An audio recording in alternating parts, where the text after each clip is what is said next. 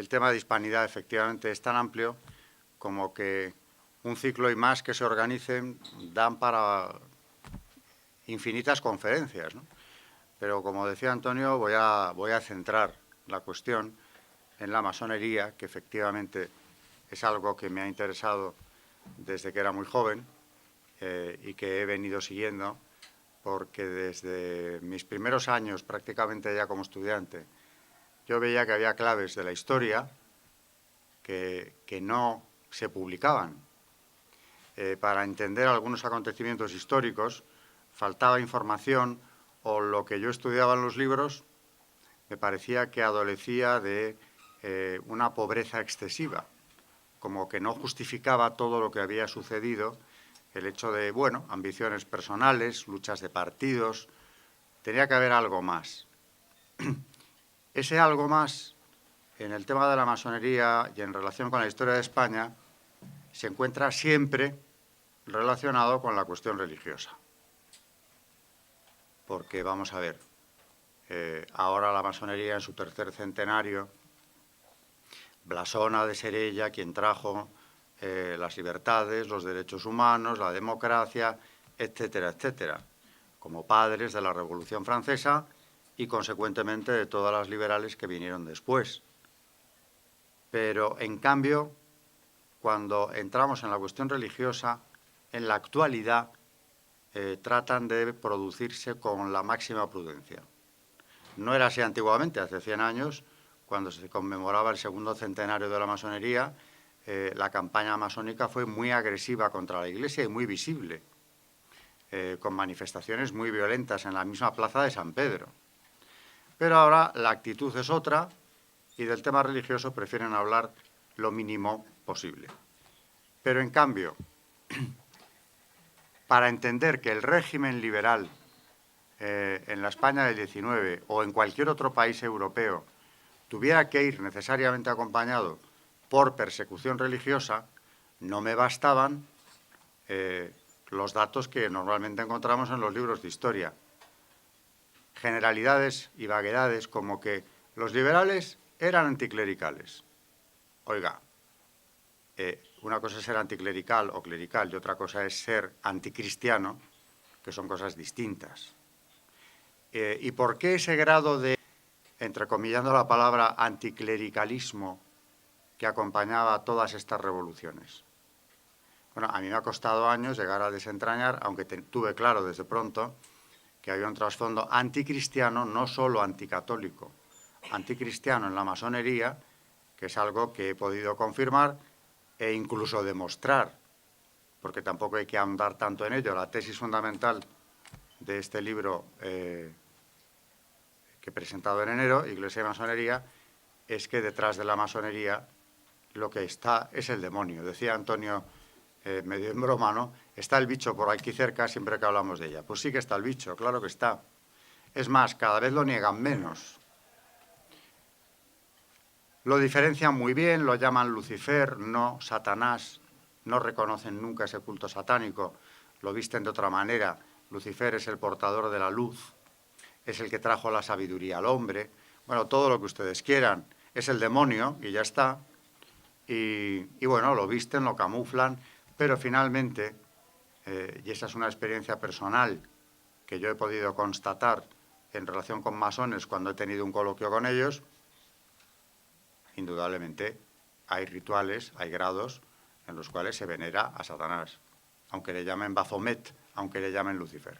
Luego, claro, ciertamente, si la hispanidad podemos entenderla en buena medida como una civilización que se ha caracterizado ante todo por su catolicismo y por haber sido España precisamente el país que ha llevado a cabo una mayor labor evangelizadora a nivel mundial, pues se entiende que naturalmente una secta como la masonería no iba a permanecer indiferente ante lo que la hispanidad representaba. Ese es un elemento que tenemos que tomar en cuenta al hablar de las independencias de los virreinatos americanos. Empezando por establecer que España, como saben todos los aquí presentes, en América más que colonias, lo que tuvo fueron virreinatos, capitanías, en definitiva, extendió la hispanidad al Nuevo Mundo.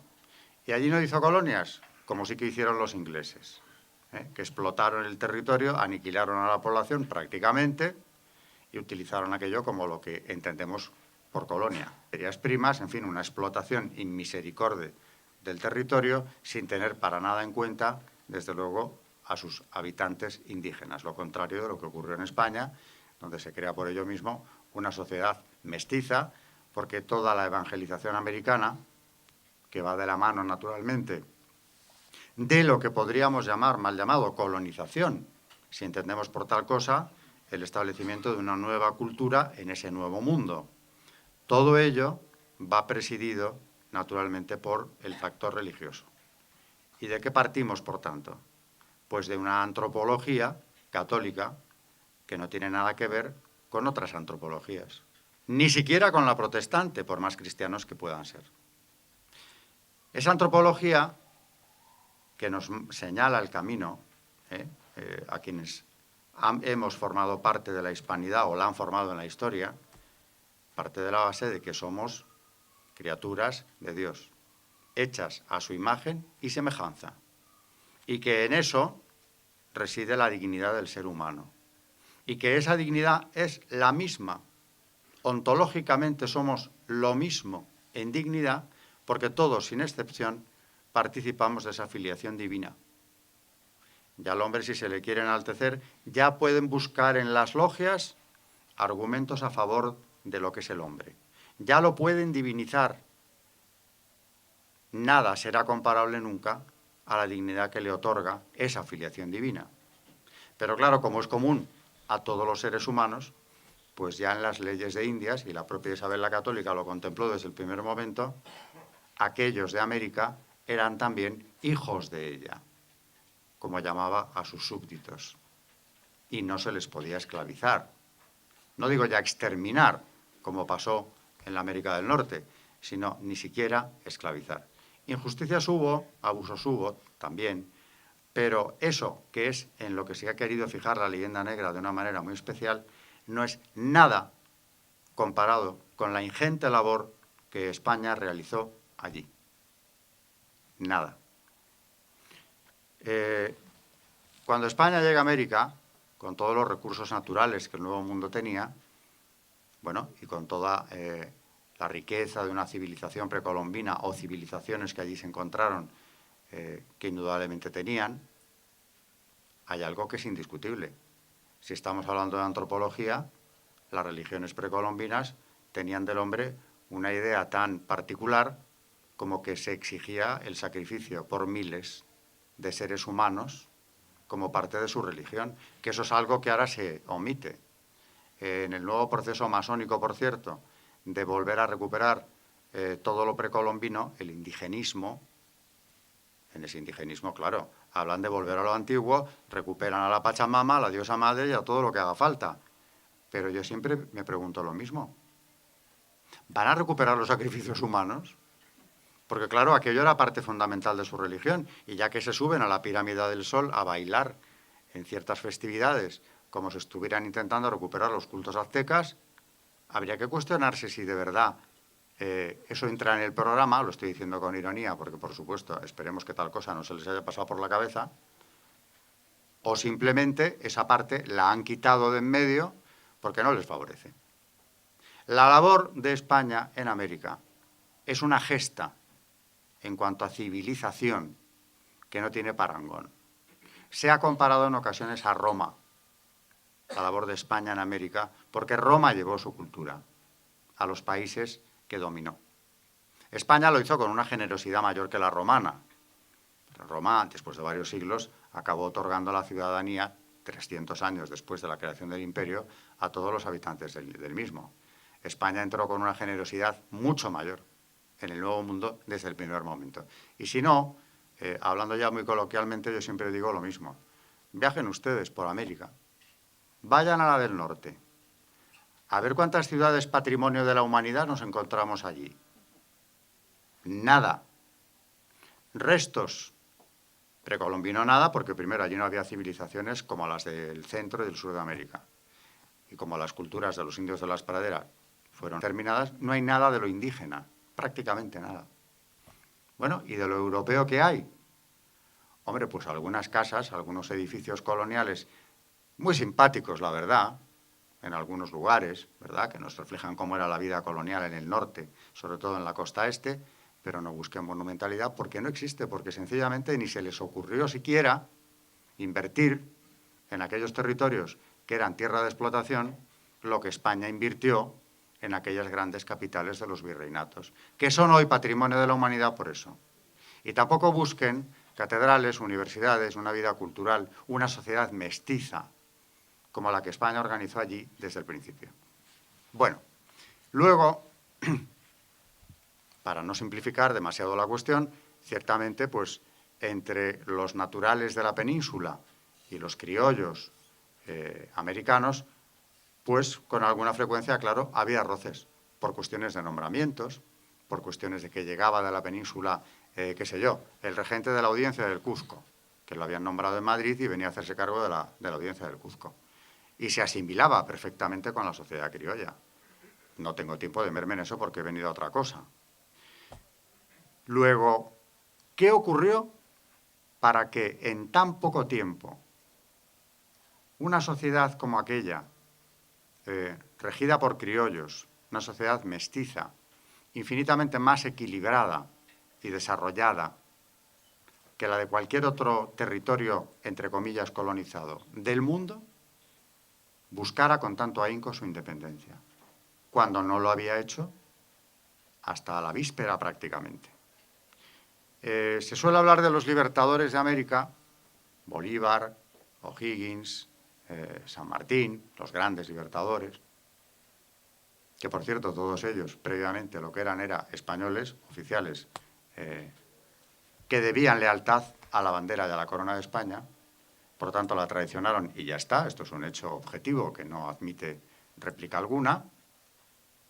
Pero si de momento nos olvidamos de ellos, que lo voy a hacer un minuto, vámonos al padre de la idea. Y mucho más importante que cualquiera de estos, a la hora de poner en marcha el proceso independentista, es un personaje mucho menos conocido, al menos en España, que es Sebastián Francisco Miranda, criollo venezolano que tiene un paralelismo grande con Simón Bolívar, que en sus primeros años, cuando empieza su meteórica carrera, porque llegó a ser un hombre verdaderamente cosmopolita, que acumuló cargos y nombramientos en Europa más tarde también, pero en sus primeros años, pues es un hombre que viene de Venezuela a España, iba a decir, a la península, porque no salía de España, evidentemente, venía a la península ibérica. Y aquí inicia una carrera militar, con lo cual establece voluntariamente un vínculo con la corona de España que nadie le había obligado a establecer y, de hecho, lleva adelante unas campañas militares donde ciertamente tiene un destacado, honroso, indudablemente, como fueron en 1775-74. El levantamiento colaboró en el levantamiento del asedio de Melilla, una vez más sitiada por las huestes del sultán. Un año más tarde, en la expedición contra Argel. Argel era el nido de la piratería berberisca que atacaba a España sistemáticamente siempre, durante siglos, hasta el XIX, hasta que entraron los franceses. Pero es que la costa del Mediterráneo español sufría sus ataques permanentemente y España, una vez más, en el 18, intentó tomar Argel y establecer allí una nueva cabeza de puente que se uniera a las otras ciudades del norte de África que eran ya de soberanía española. En esa campaña volvemos a encontrar a Miranda. Le encontramos en una gesta, es así que muy injustamente olvidada aquí en España, como es la batalla de Pensacola. Batalla que, por cierto, significó prácticamente la independencia de los Estados Unidos de América. Porque también es verdad que se habla mucho de la contribución francesa a dicha independencia de la española, que fue mucho más importante, no se habla nada. Ese ha sido nuestro sino, que para eso tenemos una leyenda negra que arrastrar y seguiremos teniéndola, ¿no? Pero la aportación española a la causa de los colonos ingleses americanos fue mucho mayor que la francesa. Primeramente en dinero, sin ese dinero que se les cedió con un crédito que hoy llamaríamos más que blando, para que pudieran pertrecharse dichos colonos antes de empezar, y posteriormente con la intervención del ejército español, que aprovechaba, por cierto, para sacarse la espina del Tratado de París, en el que unos años antes, estoy hablando ya de la década de 1770-1780, es decir, coincidiendo con la carrera militar, con los inicios de Miranda, España había perdido en el Tratado de París algo tan querido, tan entrañable y tan español como eran las Floridas. A cambio es verdad que Luis XV generosamente le concedió la Luisiana, por aquello de que había sido por comprometerse en el pacto de familia con Francia. Bueno, pues Pensacola es quizá la última gran victoria española a nivel mundial. Es una gran victoria porque no solamente va a ser decisiva para la independencia de los Estados Unidos, los ingleses quedan atrapados entre dos fuegos, por el sur el avance español, por el norte el francés, y muy poco después de Pensacola tienen que rendirse. Y contra todo pronóstico, la todopoderosa Inglaterra del siglo XVIII tiene que retirarse de unos dominios para ella tan importantes. En Pensacola nos volvemos a encontrar con Miranda también. Es decir, que tomó parte, y además un papel importante, sobre todo como estratega previo a la batalla, con Miranda. Entonces, bueno, estamos hablando de un hombre que, por lo tanto, era un español criollo de Venezuela, que en plena juventud llevaba ya una muy buena carrera militar al servicio de España, como era normal, por otra parte. Y de pronto, ¿qué ocurre? Bueno, pues que por azares de la Guerra de Independencia, en ella conoce a personajes como el Marqués de Lafayette. Y aquí su vida cambia de manera radical. Y en este aspecto, los biógrafos de Miranda pasan un poco como por encima. También conoce a Washington. Pero es Lafayette quien le apadrina en su ingreso en la masonería. Ya, esto fue, por cierto, Pensacola en 1781. 2 años más tarde, en el 83, se inicia Miranda. Se inicia en la masonería y tiene una carrera también importante dentro de la secta, donde no solamente fue un masón que se fuera iniciando y creciendo por grados, sino que él mismo crea organizaciones masónicas que son fundamentales para entender la independencia americana o de los territorios españoles de América. Y ya el hombre que hasta el 81 ha sido un fiel oficial español, eficaz, por cierto, y distinguido en muchos sentidos, se convierte en un enemigo mortal de España. Hombre, qué casualidad. ¿Pero qué le ha ocurrido a este hombre?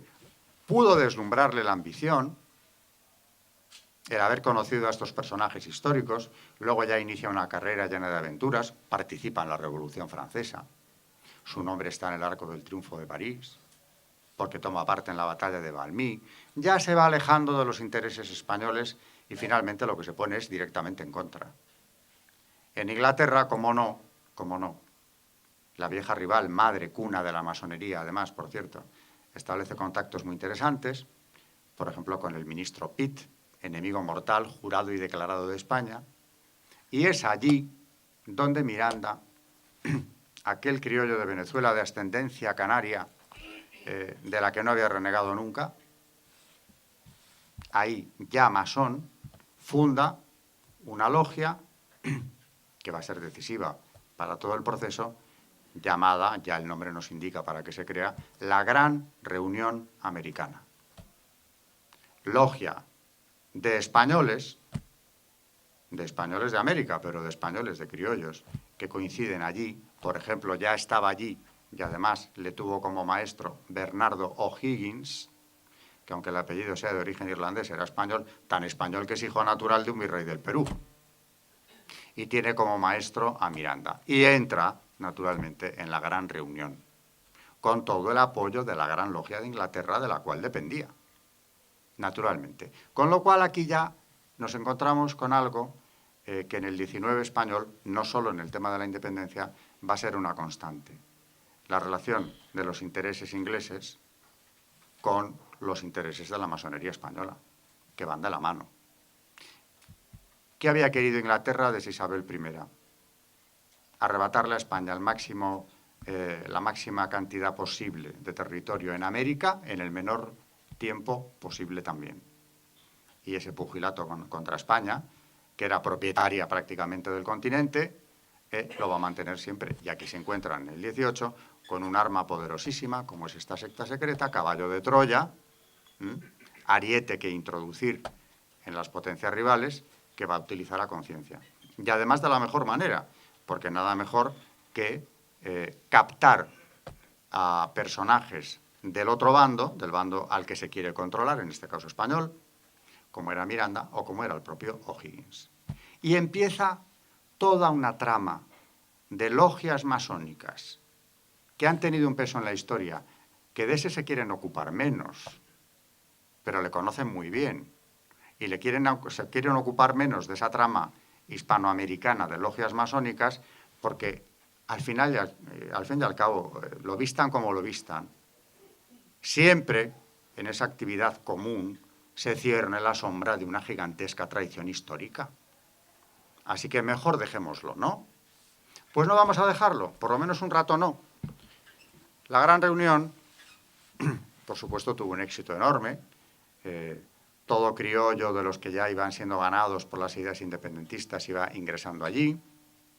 Todo se dirigía desde Londres, qué casualidad. Posteriormente, el propio Miranda funda una logia complementaria, porque claro, Londres está muy bien, pero si queremos actuar en España, tenemos que tener aquí cabezas de puente.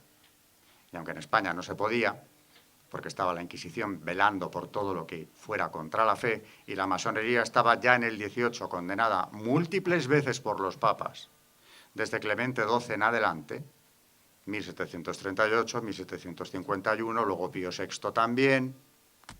Así que, claro, la Inquisición en temas de masonería era uno de sus campos de actuación. Aquí era muy complicado abrir logias. No hay una masonería bien organizada, sistemáticamente organizada, hasta que no llegue José Bonaparte, claro. Y aún así,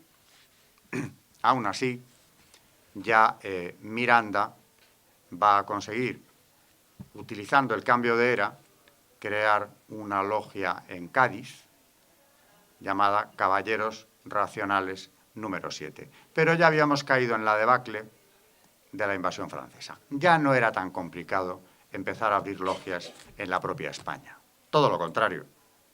Si José Bonaparte estaba al frente del Gran Oriente Español, lo único que tuviera rivalidad con las logias de dependencia inglesa, que podían no convenirle. Eso es otra cosa.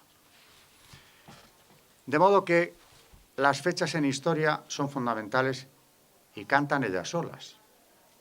¿Cómo aquel hombre tan brillante al servicio de España en el 81, de repente en 1806, hemos cambiado ya de siglo, hemos entrado ya en la Francia revolucionaria o posterior, la Francia napoleónica, estamos ya en ella, ¿no?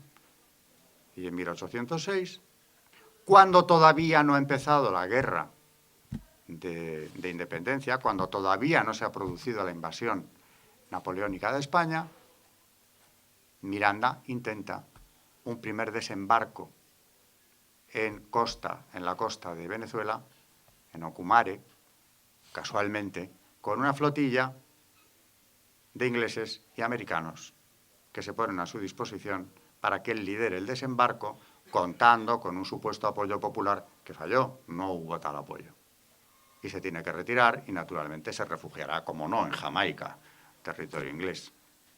Inglaterra seguirá apoyándole todo lo posible, pero es muy significativo que antes de que se inicie ese proceso que se toma como punto de referencia para el inicio de las independencias de los virreinatos, es decir, antes de la Guerra de Independencia, ya en 1806 este hombre había cambiado de bando dramáticamente y apoyado en ingleses y americanos, aspiraba nada menos que a la revuelta de Venezuela para independizarla. Bueno, Por aquella época, y también con su intervención, van a ir surgiendo en esa trama de logias unas cuantas que llevaban todas el mismo nombre, las logias de Lautaro. Hay quien ha negado que fueran masonería, sociedades secretas sí, por supuesto, creadas para la independencia de América. Son masonería.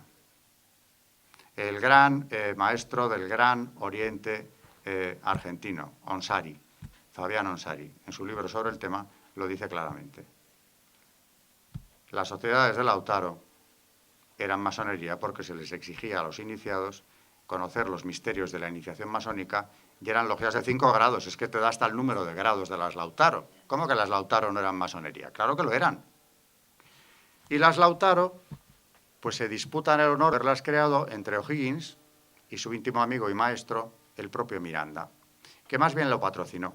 Y claro, las Lautaro, cuya primera logia de ese nombre se crea en Cádiz, enseguida van a tener representación en Argentina, en Perú, en toda Hispanoamérica. Ya tenemos una masonería hispanoamericana conectada entre sí, con un mismo nombre, por cierto, que va a ser de una eficacia absoluta, sobre todo si tenemos en cuenta que van a contar sistemáticamente con el apoyo de las logias del norte de América, y de las inglesas. O sea que España va a recibir influencias masónicas no solo de las logias propias, que tienen ya conexiones gaditanas, sino sobre todo de las logias norteamericanas y de las inglesas. Y toda esa red, estamos hablando de algo muy poderoso, es una trama, una conspiración muy poderosa con personajes de primer orden, tanto en lo militar como en lo financiero, que son muy capaces, naturalmente, de organizar no una, 25 revoluciones, si son necesarias. Y a todo esto el pueblo, naturalmente, permanece al margen de todo el proceso. Bueno, pues empiezan los movimientos independentistas. No se atreve nadie a discutir que la masonería en este proceso de independencia americana tuviera un papel decisivo. Se ha discutido, porque qué manía con discutirlo, ¿no? Pero siempre hay algún bien intencionado que se niega a creer que su admirado personaje histórico haya podido pertenecer a la masonería, y lo siento, en el caso de Bolívar, pues también. Porque ha tenido defensores que decían que no, que era muy religioso. Oiga, no se dejen engañar, podía tener capellán y celebrar misa en su campamento y luego después también en su casa si era necesario. Pero Bolívar se inicia en 1805 y alcanza el grado de compañero un año más tarde, o sea que le puso interés. ¿Qué ocurre? Que en 1825, y ya en el poder, la prohíbe. Hombre, la prohíbe porque ya sabe él lo peligrosa que resulta. Y una cosa es afiliarse a la masonería para poner en marcha un proceso independentista que nos va a beneficiar, y otra soportarla cuando ya controlas el poder. De manera que el iniciado en 1805, en el 28, por decreto, dice lo siguiente, al hablar de por qué la prohíbe. Porque es una sociedad secreta que sirve especialmente para preparar los trastornos políticos, turbando la tranquilidad pública, que oculta todas sus actividades con el velo del misterio. Vaya por Dios. Estaba utilizando los argumentos de las primeras condenas pontificias. Los argumentos, copiados literalmente, de Benedicto XIV y de Clemente XII, que hablan de cómo la masonería debe ser prohibida por el secreto, como él dice, y también porque es un peligro para la seguridad de los estados. Él aquí no habla de lo otro, pero también dicen los papas, y para la salvación de las almas. Esa parte no, pero lo otro sí que lo dice como argumentación para suprimirla. Hombre, si sabría él que era peligrosa, acababa de salir con vida de una conspiración masónica para matarle a él. O sea que eso de que podía turbar la vida pública, ya lo creo, lo sabían perfectamente.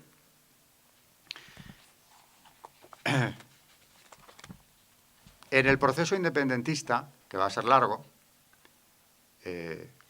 tenemos casos de traiciones flagrantes. como por ejemplo el caso de Mina el Mozo.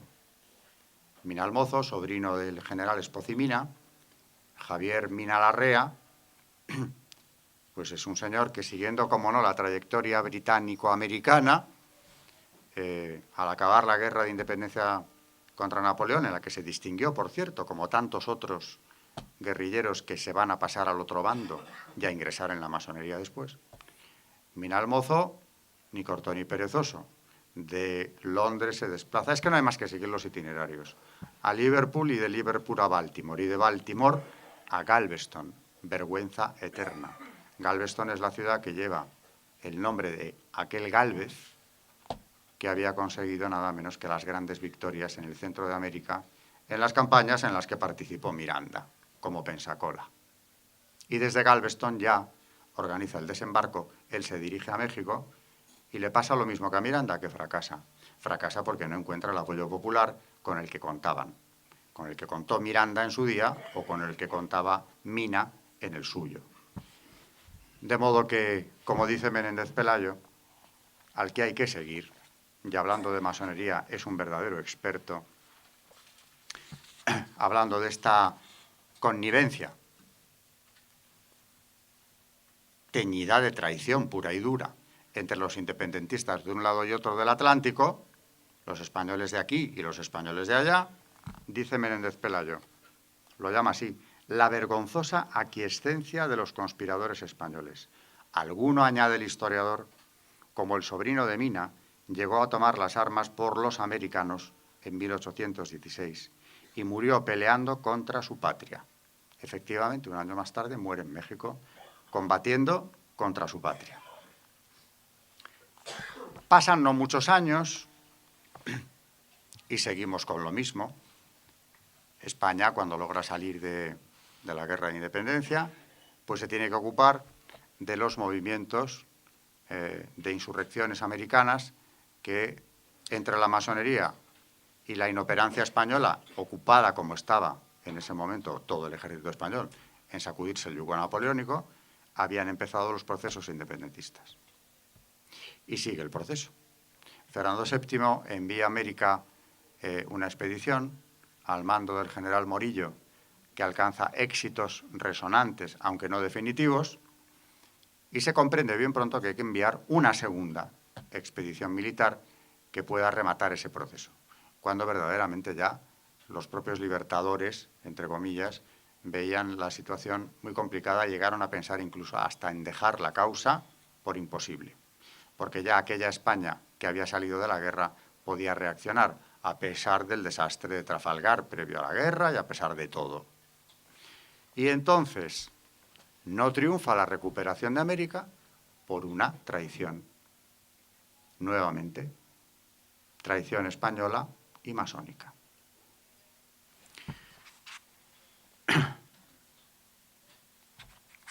Damos un salto, no muy largo, porque en el 17 es cuando hemos dejado a Mina el Mozo combatiendo en México contra sus compatriotas. Bueno, los que se habían levantado lo eran también, de momento.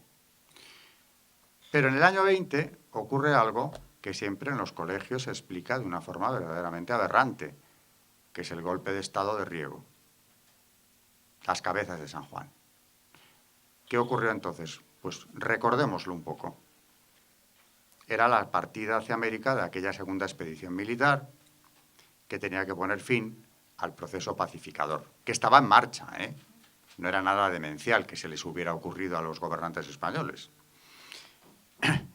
Y en vez de salir camino de América como era su obligación, lo que hacen es dar un golpe de Estado contra el rey, contra la corona, contra el gobierno español, dirigirse no a América, sino a Madrid y proclamar la Constitución del 12.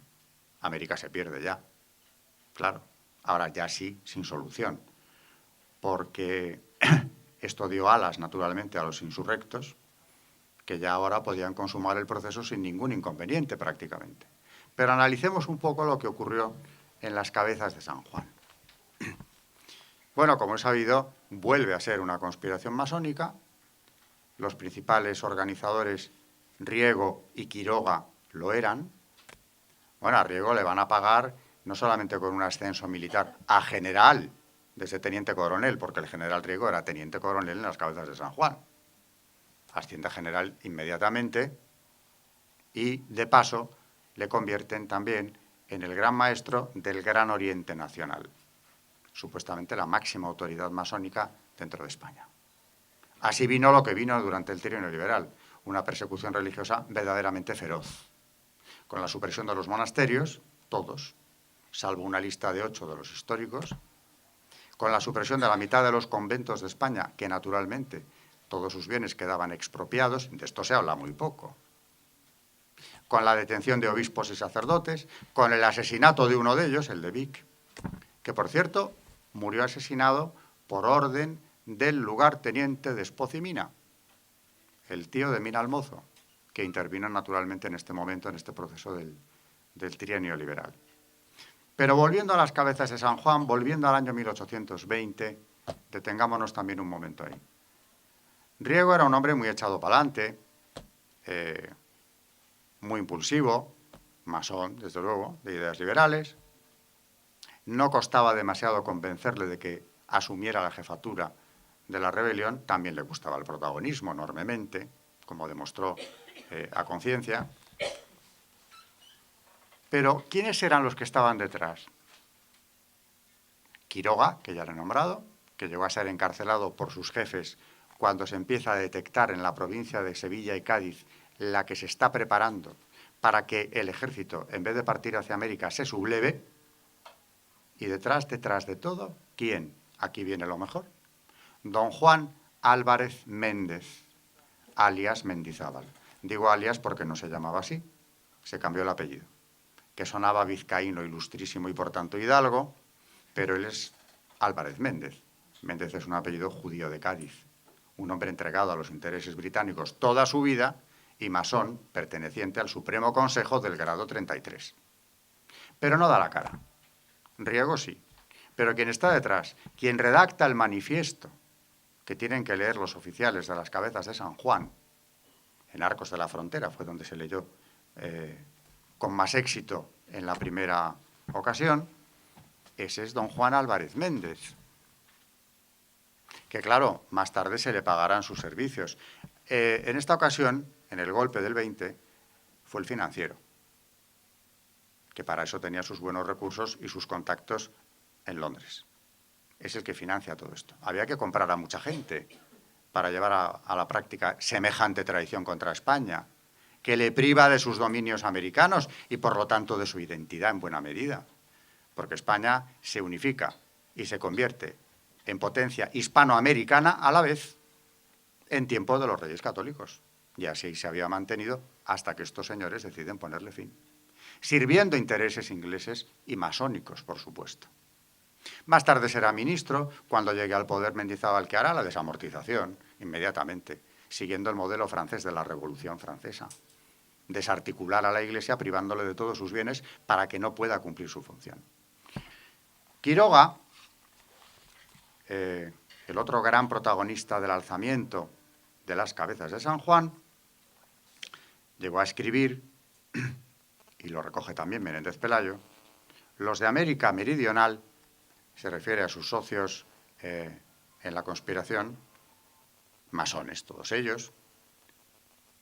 Los de América Meridional se juntaron a nosotros para defender nuestra causa y recibíamos de ellos poderosos auxilios. ¿Lo reconoce? Sin ningún problema. Con lo cual, el glorioso golpe de Riego, que da nombre al himno de la República, por cierto, de puro glorioso que fue, es un acto de traición como muy pocas veces registra la historia de España. Engañaron a los soldados, les hablaban todo el tiempo de que no había que ir a América, porque los que se habían levantado allí no lo hacían contra España, no. Era contra la tiranía despótica del rey. Eran liberales como nosotros. Nosotros por ellos, claro.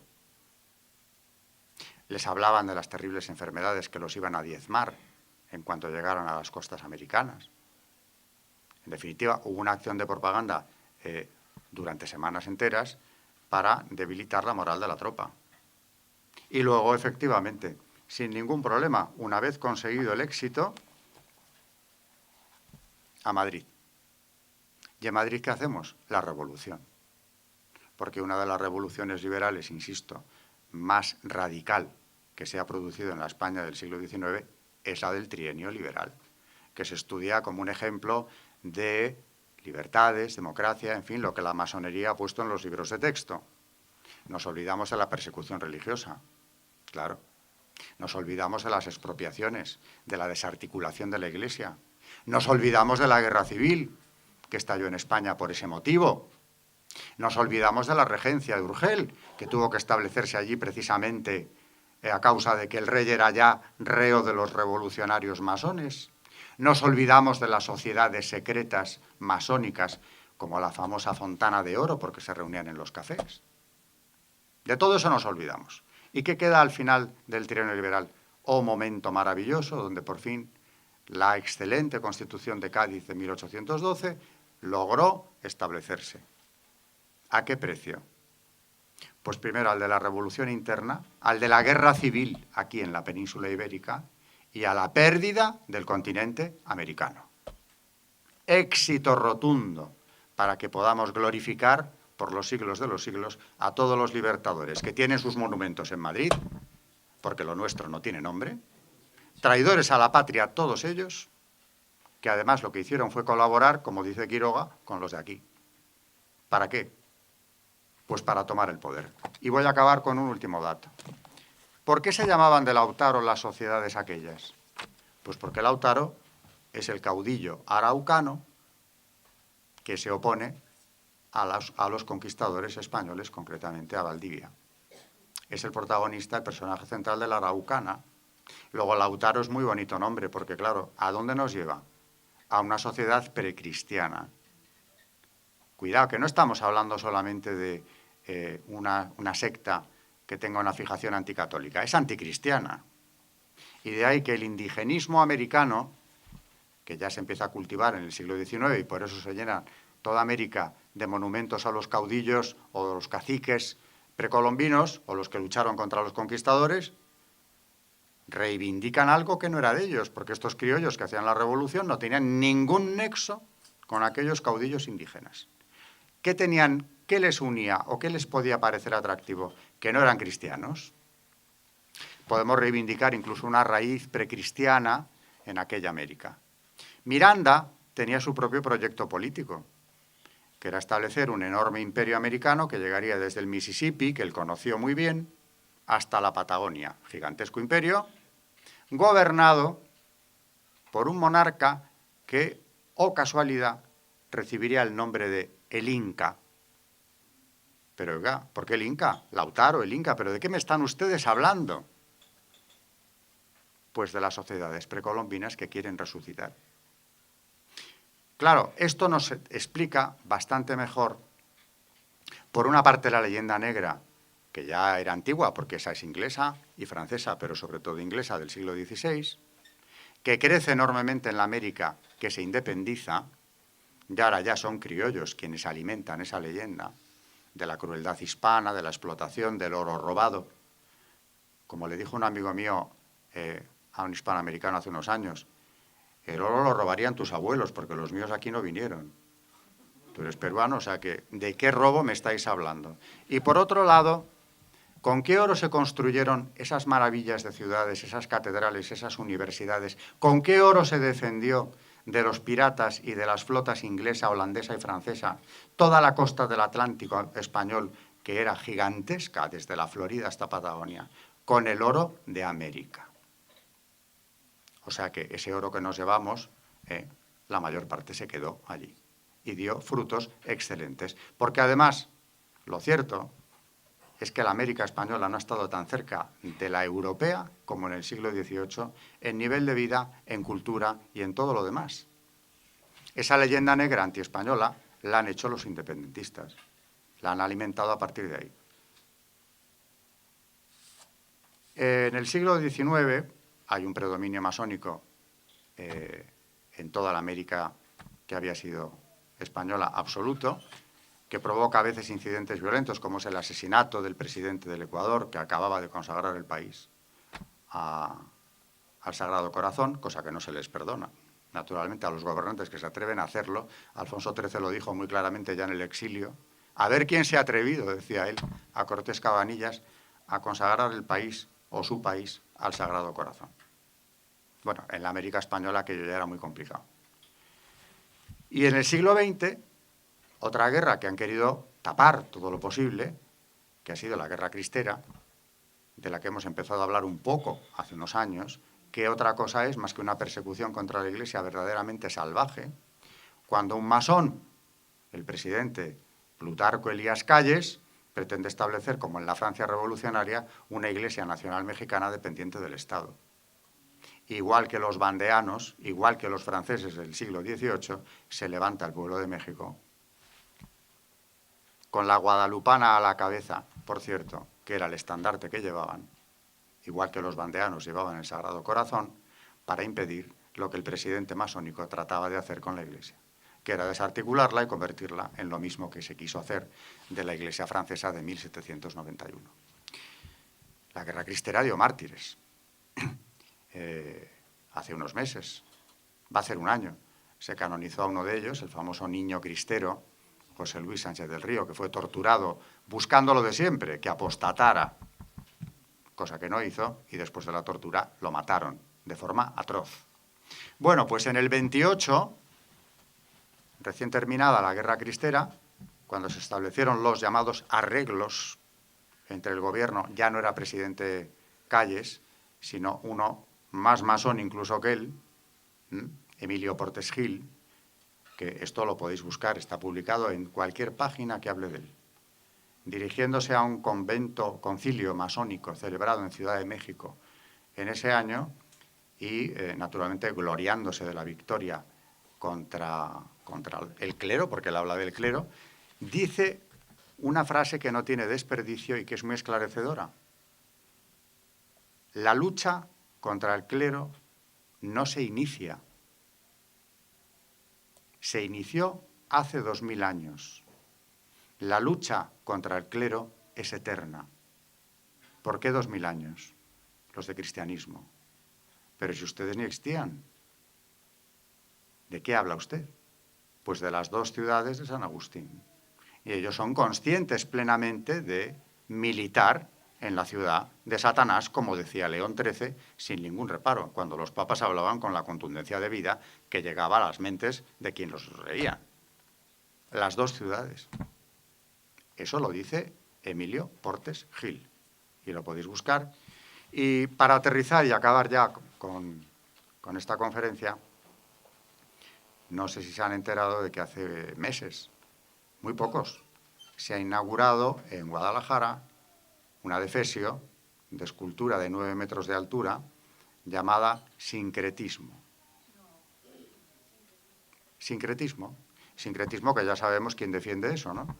Al final, ¿qué es? Callarte la boca a ti como católico, cristiano, lo que seas, porque hay que ser sincretista, hay que ser relativista, hay que aceptarlo como una a todas las religiones, lo que ha buscado la masonería desde que existe.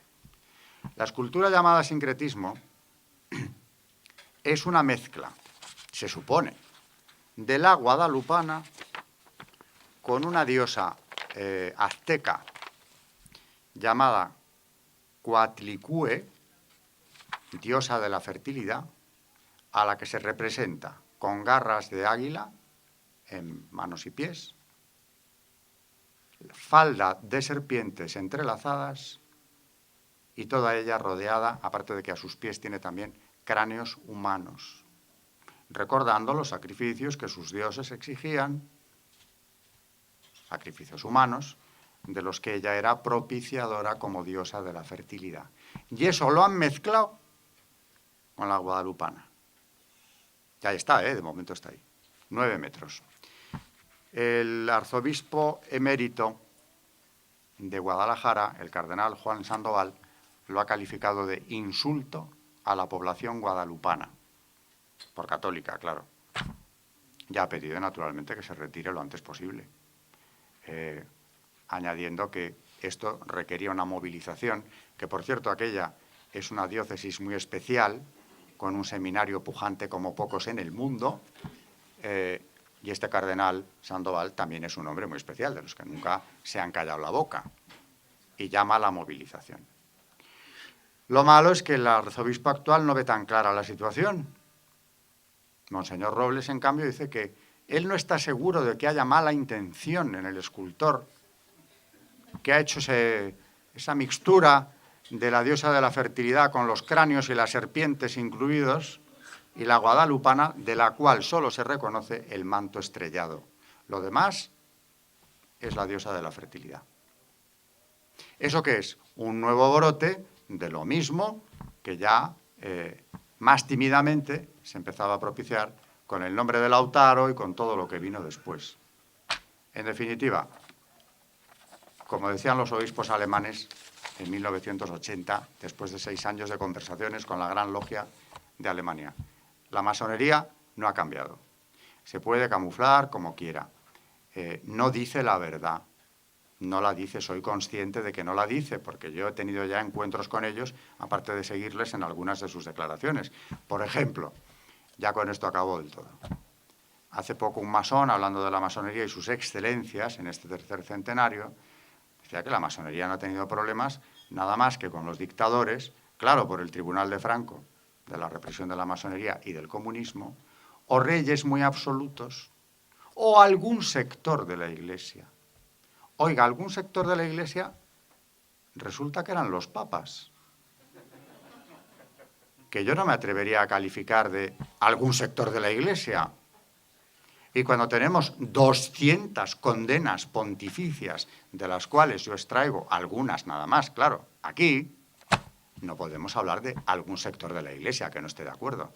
¿Qué pasa? Juegan con el desconocimiento de la mayor parte de la población, que puede pensar, bueno, claro, algún cura carca, de esos que siempre ha habido, ¿no? Pero la Iglesia no está contra la masonería, la Iglesia la tiene condenada. La última condena de 1983 de Juan Pablo II, la Quasitum Est, que firma el cardenal prefecto para la doctrina de la fe, Ratzinger, dice textualmente: quienes se adhieren a una sociedad masónica están en pecado grave y no pueden recibir la Santa Comunión.